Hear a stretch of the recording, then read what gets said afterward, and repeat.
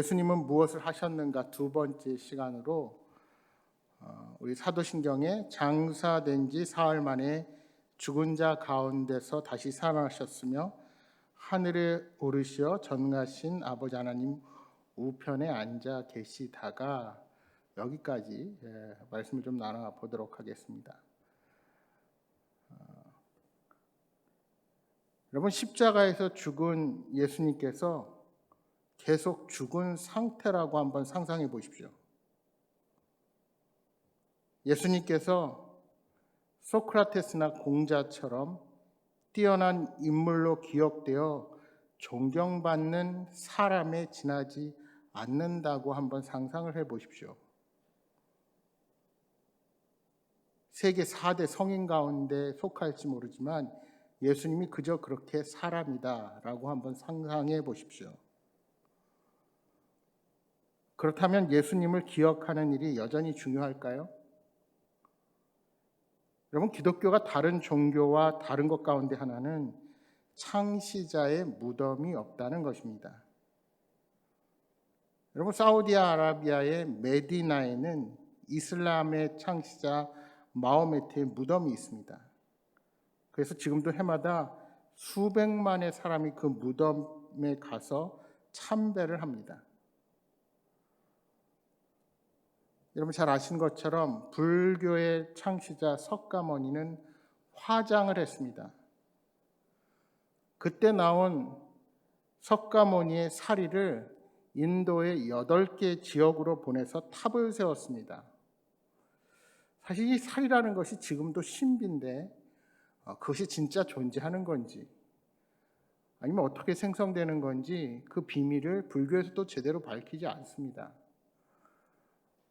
그러나 과학자들이 추측하기로는 오랜 수행 가운데 먹지도 않고 가부좌 자세로 오래 있다 보면 몸에 석회질이 많이 생겨서 그것이 꼭 조개가 진주를 품듯이 그렇게 나온 것이다. 이렇게 추측을 해봅니다. 어쨌든 그 사리를 인도의 8개 지역으로 보내서 탑을 세웠습니다.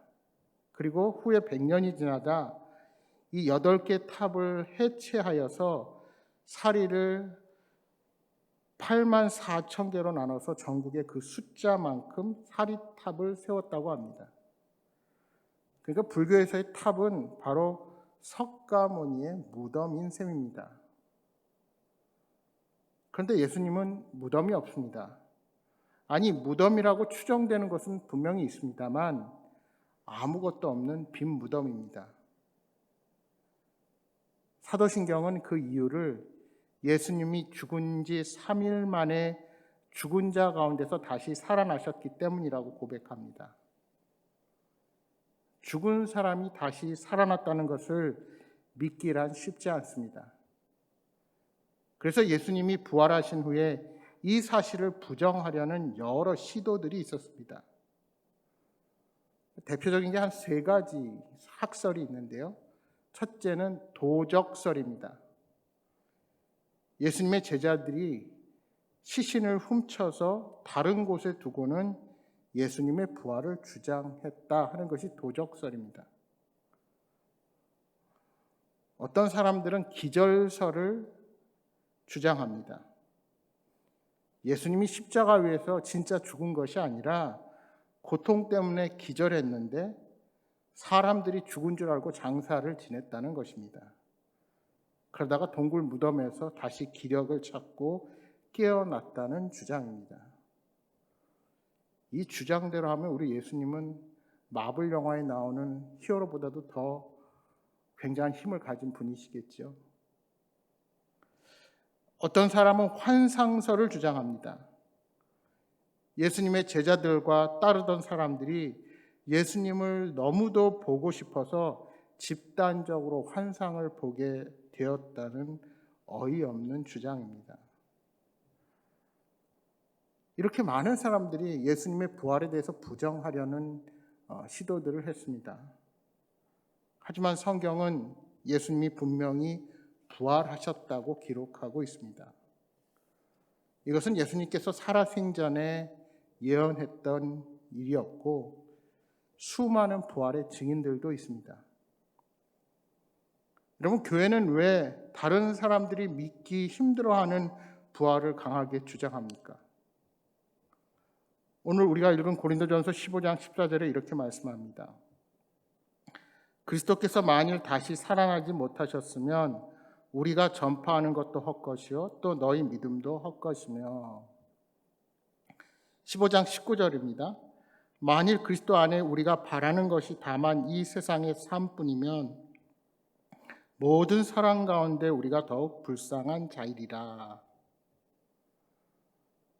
사도 바울은 예수님의 부활이 없으면 자신이 전파한 복음이 헛되고 우리의 믿음도 헛되다고 말합니다. 심지어 믿는 사람들은 세상에서 가장 불쌍한 사람이라고까지 말하는 것입니다. 왜요? 예수님의 부활이 기독교 신앙의 핵심이기 때문입니다. 그 핵심이 부정되면 우리가 예수 그리스도를 믿는 이유가 없어집니다. 예수님의 부활이 없다면 우리 기독교가 설 자리가 없는 것입니다. 예수님께서 십자가에서 죽으시고 장사 지낸 것으로 끝났다고 생각해 보십시오. 그러면 어떻게 될까요? 예수님이 우리 대신에 십자가 위에서 형벌을 받으시고 죽으셨습니다. 물론 우리 죄는 용서받겠지요. 하지만 예수님 역시 죽음의 권세를 이기지 못한 분이 되고 맙니다. 그렇다면 거기에 여러 가지 의심이 따르겠죠. 예수님도 죄가 있는 사람이라서 죽었다. 그렇다면 우리가 죄 용서를 받은 것이 무슨 의미가 있겠습니까? 만약 죽음으로 끝났다면 우리 또한 언제 죽을지도 모르는 공포 속에서 살아야 했을 것입니다. 그러나 예수님께서 살아나셨기에 죄의 문제가 완전히 해결된 것입니다. 따라서 부활은 예수님이 죽음의 권세를 이기셨다는 것을 보여주는 사건입니다. 이제 예수님 안에서 죽음의 공포는 사라지고 영원한 생명이 가능하다는 것을 우리에게 보여줍니다. 예수님께서 죽음을 이기시고 부활하셨다는 것은 그리스도의 무죄를 증명하는 사건입니다. 우리가 이것을 신학적인 용어로 칭의라고 이야기합니다. 그리스도의 부활은 단지 하나님이 능력이 있으셔서 죽음을 이겨내셨다는 정도의 의미만 있는 것이 결코 아닙니다. 우리 죄를 대신 지시고 무덤까지 가셨고 그로 인해 우리의 죄도 모두 깨끗하게 하셨습니다. 예수님이 무죄이듯이 이제 우리도 무죄입니다. 그리고 우리를 의롭다고 여겨 주십니다. 여러분, 로마서 4장 25절을 한번 찾아서 함께 읽어보겠습니다.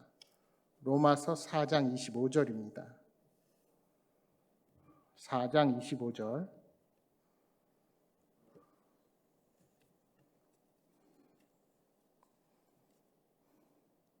제가 가진 성경으로 신약 245면입니다.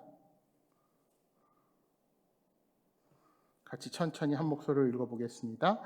예수는 우리가 범죄한 것 때문에 내줌이 되고 또한 우리를 의롭다 하시기 위하여 살아나셨느니라. 아멘. 그러므로 우리가 예수님 안에 있으면 의로운 사람이 됩니다. 여러분, 우리가 언제 예수님 안으로 들어갔습니까? 바로 세례 때입니다. 로마서 6장 4절이 그것을 잘 말해주고 있습니다. 6장 4절 한번 찾아보십시오. 그 뒤에 6장 4절 246면입니다. 같이 읽어보겠습니다. 그러므로 우리가 그의 죽으심과 합하여 세례를 받음으로 그와 함께 장사되었나니 이는 아버지의 영광으로 말미암아 그리스도를 죽은 자 가운데서 살리심과 같이 우리로 또한 새 생명 가운데 행하게 하려 함이라. 아멘.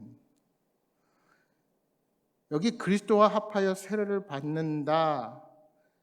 좀 더 정확히 번역하면 우리가 세례를 받아서 그리스도 안으로 들어가서 합한다라는 뜻입니다.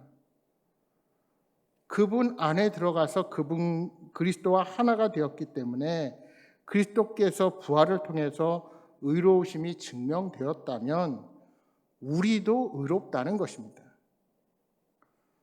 그러니까 주님이 의롭게 되어서 우리도 의인이 된 것입니다. 따라서 우리에게 주어지는 부활절은 우리 예수님이 무죄가 증명된 날인 동시에 예수님이 하나님의 아들이심을 다시 증명하는 날이기도 합니다. 그리고 동시에 그분 안에 있는 우리도 무죄함이 증명되는 것입니다. 예수 그리스도로 말미암아 우리들의 죄의 문제가 그 부활로 해결되게 된 것입니다. 여러분, 부활이 없다면 예수님의 구원은 반쪽짜리가 되고 말 것입니다. 뿐만 아니라 이 부활이 우리에게 주는 커다란 소망이 있습니다. 그것이 바로 오늘 읽은 고린도전서 15장 20절의 말씀입니다.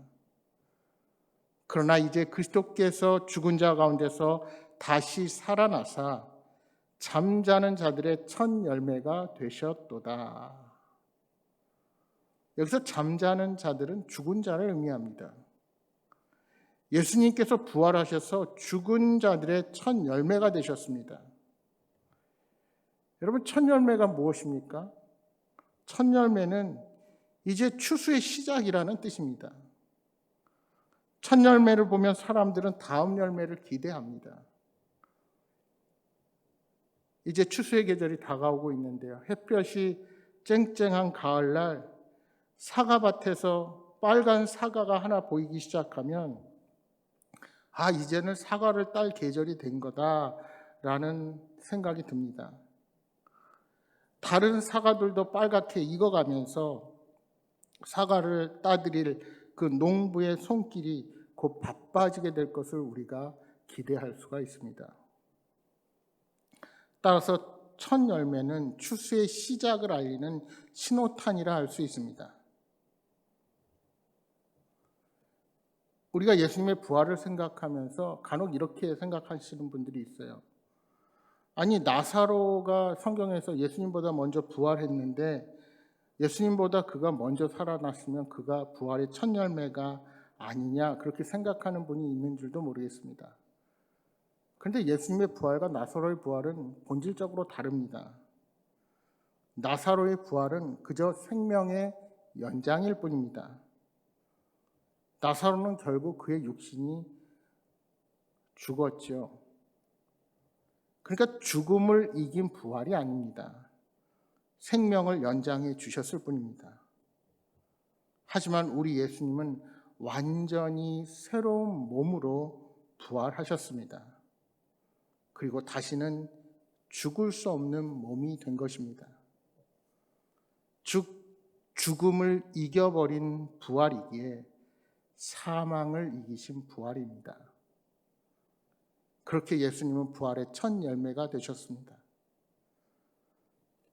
그렇다면 이제 예수님을 믿는 사람들은 예수님과 같이 부활할 것을 알고 기대하게 되는 것입니다. 예수님의 부활은 우리 역시 죽음에서 부활할 것을 보여주는 증거이자 약속이 됩니다. 그래서 기독교를 부활의 종교라고 부르는 것입니다. 예수님의 부활로 끝나는 것이 아니라 마지막 날 우리도 예수님처럼 부활해서 새로운 몸으로 거듭나게 된다는 것입니다. 예수님께서 다시 이 땅에 오실 때 그리스도를 믿고 죽은 모든 사람들은 다시 살아나게 됩니다. 물론 믿지 않는 사람들도 다시 살아나지만 그들은 영원한 지옥에서 살게 될 것입니다. 그리스도인들, 즉 사도신경의 내용대로 믿은 사람들은 영원히 새 하늘과 새 땅에서 그리스도와 함께 살게 될 것입니다. 죽은 지 3일 만에 부활하신 예수님은 이 땅에 40일 동안 계시다가 하늘로 올라가셨습니다. 하늘로 올라가신 예수님은 지금 어디에서 무엇을 하고 계실까요? 사도신경은 하늘로 올라가신 예수님이 하나님 우편에 앉아 계신다고 고백합니다. 여러분, 우리가 이 말을 오해해서는 안 됩니다. 저 높은 하늘에 의자 2개가 있는데 한 의자에는 하나님이 앉아 계시고 그 옆 의자에는 예수님이 앉아 계시다. 그런 말이 아닙니다. 이 의자가 가진 상징성이 있습니다. 여러분, 우리가 예전 영화 사극이나 사극 드라마나 또는 서양의 왕이 등장하는 그런 영화나 드라마들을 보시면 왕과 신하들이 회의를 합니다. 그럼 누가 앉아 있습니까? 왕은 보통 앞에 앉아 있고 신하들은 서서 왕과 대화하고 듣지요. 왕만 앉아 있고 다 서 있습니다. 이처럼 의자에 앉아 있다는 것은 그 모든 사람을 통치한다는 의미가 들어 있습니다. 그렇다면 왜 오른쪽에 앉으셨을까요? 오른편이 어떤 의미가 있습니까? 사실 하나님은 영이시기에 오른쪽 왼쪽의 구분의 의미가 없습니다. 그런데 예전부터 우리뿐만이 아니라 서양도 오른손은 힘의 상징이었습니다. 물론 왼손을 잘 쓰는 왼손잡이들도 있지만 대부분이 오른손을 더 잘 쓰지요. 따라서 오른쪽은 힘과 권위를 상징하는 말입니다. 사도행전 2장 35절 36절에 이렇게 말씀합니다. 내가 내 원수로 내 발등상이 되게 하기까지 너는 내 우편에 앉아 있으라 하셨도다 하였으니 그런즉 이스라엘 온 집은 확실히 알지니 너희가 십자가에 못 박은 이 예수를 하나님이 주와 그리스도가 되게 하셨느니라 하니라.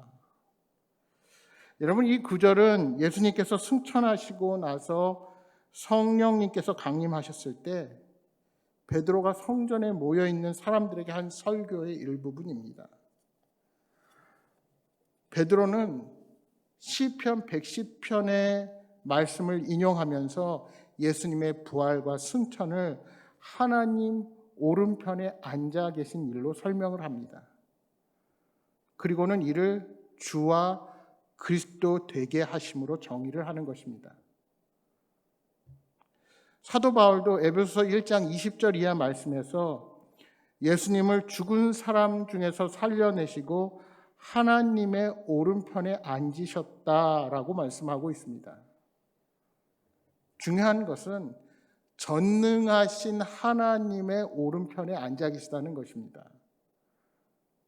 그러니까 삼위일체 되시는 하나님, 성자 하나님 곁에서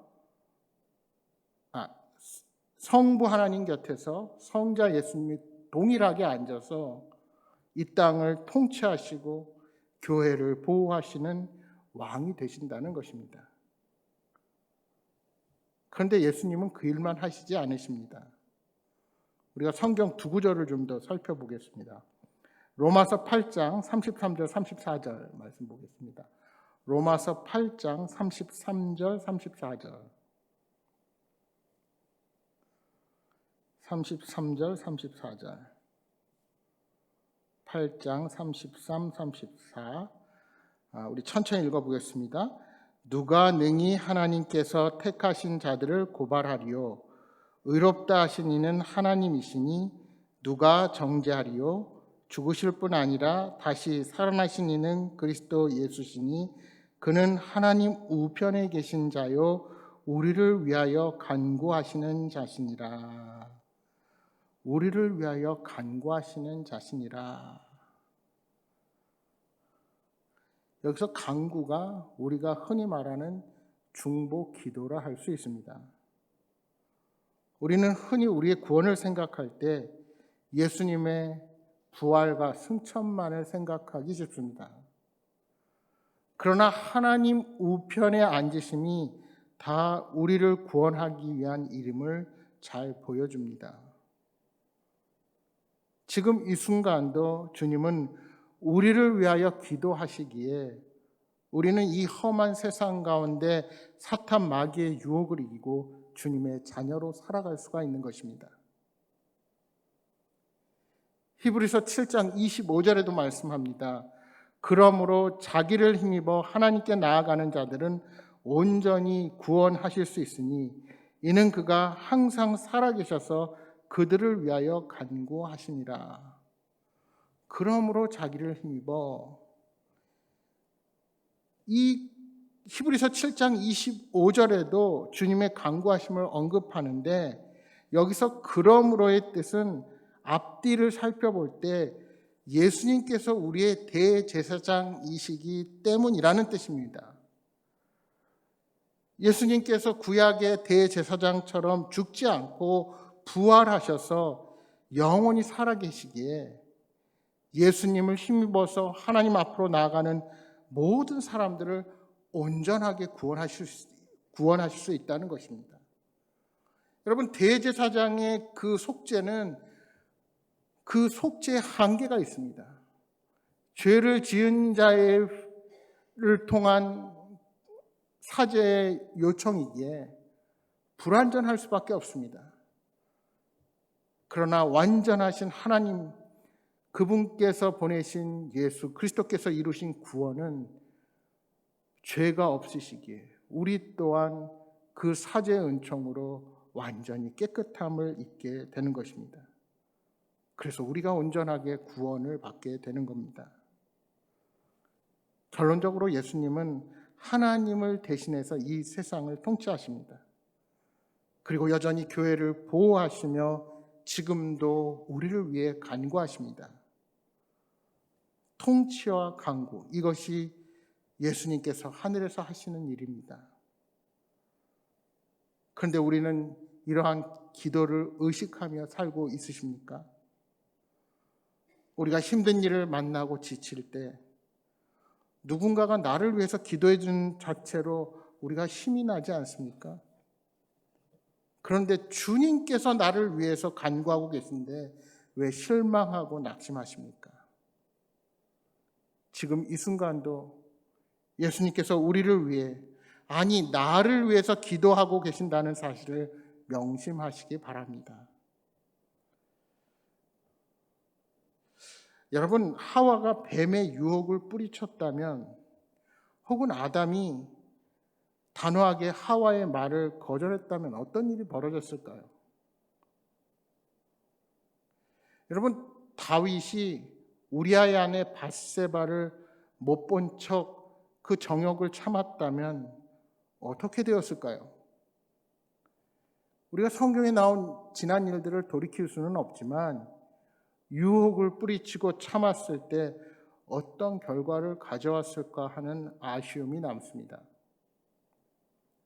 그런데 여러분, 왜 예수님께서 십자가 죽음을 이기시고 부활하셔서 하늘로 다시 올라가셨을까요?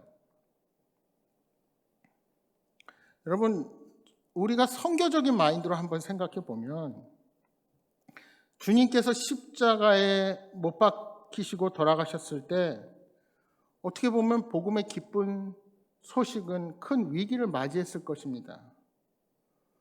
어떤 일이 있었습니까? 제자들은 다 도망갔습니다. 예수님은 죽음을 맞이하고 무덤에 들어가셨습니다. 모든 것이 다 끝난 것 같았습니다. 그런데 사흘 만에 모든 것이 역전되고 말죠. 주님은 부활하시고 도망쳤던 제자들은 다시 돌아왔습니다. 그렇다면 이제 주님의 뜻을 펼칠 수 있는 기회가 아닐까요? 그런데 안타깝게도, 심지어 어이없게도 주님은 훌쩍 하늘로 떠나버리십니다. 이제 본 라운드가 시작되는 것 같은데 제자들을 남겨둔 채로 훌쩍 떠나버리셨으니 이것이 대체 무슨 상황입니까? 여러분, 유다 땅 전국을 돌아다니며 내가 예수다, 십자가에서 부활한 메시아다라고 자신을 알리셨으면 어떤 일이 벌어졌을까요? 십자가에 못 박히시기 전 병자 몇 사람을 고친 것 가지고도 그 많은 무리들이 예수님을 따라 몰려왔는데 무덤 문을 박차고 부활하셨으니 오죽했을까요? 그런데 아쉽게도 주님은 제자들만 남겨둔 채 훌쩍 떠나버리셨습니다. 여러분, 그 이유가 무엇이었을까요? 우리가 크게 세 가지 정도로 생각해 볼 수 있습니다. 첫째는 제자들이 남아 있었기 때문입니다. 수제자 베드로가 남아 있고 사랑하는 요한을 비롯한 모든 제자들이 주님을 따르겠다고 다짐했습니다. 거기에는 새롭게 변화된 도마도 있었습니다. 그래서 주님은 이 모든 것을 그들에게 위임하시고 하늘로 떠나셨습니다. 비록 연약하지만 다시금 모인 제자들을 믿으셨기에 우리 주님은 떠나실 수 있었습니다. 우리가 주님을 믿는 것처럼 주님께서도 연약한 제자들을 믿어 주십니다. 여러분, 리더십의 완성은 위임에 있습니다. 여러분, 정말 좋은 리더는 다 나만 따르는 자를 키우는 것이 아니라 새로운 리더가 그로부터 나올 수 있어야 합니다. 그래서 주님은 떠나셨습니다. 여러분, 내가 어떤 일을 맡았을 때 내가 그 일을 열심히 하는 것도 중요하지만 내가 어떤 태도로 그 자리에 있느냐에 따라서 우리는 또 다른 리더를 남길 수도 있고 내 모습으로 인해서 다른 어떤 누구도 나는 리더를 하고 싶지 않아 라는 그런 결론을 내릴 수도 있습니다. 그래서 리더의 한마디가 중요하고 리더의 태도가 중요합니다. 조금 힘들다고 똑같이 그렇게 결정하고 행동하면 더 이상의 리더가 생기지 않습니다. 우리 주님은 새로운 리더를 남기기 위해서 떠나셨습니다. 하나님은 이 땅을 창조하시고 모든 만물의 관리를 우리에게 맡기셨습니다. 우리 하나님께서 직접 통치하실 수 있음에도 불구하고 우리를 통해서 일하셨습니다. 우리 주님은 지금도 미련하고 약한 자, 세상에서 어리석은 자라고 여겨지는 자들을 택하셔서 하나님의 일꾼으로 사용하시는 분이십니다. 따라서 우리 또한 주님처럼 믿음으로 사람을 키우고 일을 맡기는 훈련을 할 수 있어야 합니다. 그럼 모든 과정을 통해서 내가 하는 것이 아니라 주님께서 우리를 통해서 일하시며 우리를 복의 통로로 사용하신다는 믿음을 갖게 되는 것입니다. 그래서 혹 내가 자리를 비워도 또 다른 사람을 통해서 일하시는 우리 주님을 발견하게 되는 것입니다. 주님께서 떠나신 또 다른 한 가지 이유는 성령님께서 오시기 때문입니다. 여러분, 주님은 우리에게 일을 맡기시지만 무책임하게 맡기시고서 모른 척 하시는 분이 결코 아니십니다. 우리 주님께서 공생의 모든 그 사역을 마치시고 이 땅을 떠나실 수 있었던 것은 성령님을 보내셨기 때문입니다. 주님은 이 땅을 떠나셨지만 주님은 우리를 결코 떠나지 않으셨습니다. 그러니까 이 땅을 떠나실 때도 임마누엘이 되신 것입니다. 굳이 구분해서 말한다면 성부 하나님은 하늘 위에 계신 하나님이요, 성자 예수님은 우리 곁에 오신 하나님이요, 그리고 성령 하나님은 우리 안에 임하신 하나님이십니다. 따라서 주님이 떠나신 것은 우리 곁을 넘어서 이제는 성령님을 통해서 우리 안에 임하시기 위함이었습니다. 그렇게 구원의 역사는 오직 성자 예수님을 통해서만 이루어지는 것이 아니라 삼위 하나님의 아름다운 협업으로 이루어진다는 사실을 우리는 기억해야 합니다.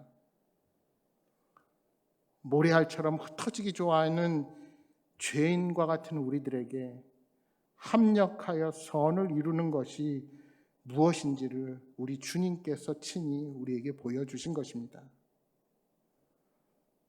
그리고 마지막으로 우리가 이야기를 나눈 것처럼 주님은 이 순간에도 전능하신 하나님 우편에서 우리를 위하여 간구하고 계십니다. 그러니까 주님이 훌쩍 떠나신 이유는 우리를 위해 기도하기 위함이었습니다. 여러분, 우리 주님은 공생애를 사실 때도 늘 기도하시던 분이셨습니다. 제자들과 사역하는 시간뿐만 아니라 어두워지면 산에 올라가서 기도하셨고, 또 새벽에 일찍이 습관에 따라 산에 올라 기도하셨습니다. 그렇게 주님은 기도를 중요하게 여기셨습니다. 하나님의 아들이 그렇게 간구하고 기도했는데 여러분은 얼마나 간절한 마음을 가지고 기도하고 계십니까? 어떤 분들은 기도는 비효율적이고 시간을 허비하기 쉬운 것으로 생각하는 분들이 계십니다. 당장의 효과도 없고 하나 안 하나 별반 차이가 없게 느껴지는 것이 기도입니다. 그러나 여러분, 그렇다면 왜 주님께서 그렇게 기도하시고 간구하셨을까요? 그만큼 기도가 절실하다는 것을 친히 우리에게 보여주신 것입니다. 예수님께서 기도에 집중하신 이유는 기도가 중요하기 때문입니다. 기도는 나의 소원을 하나님께 아뢰는 데 끝나는 것이 아니라 하나님의 말씀을 듣고 하나님과 함께 거하는 것입니다. 주님이 그러하실진데 우리는 어떤 태도로 주님 앞에 서야 하겠습니까?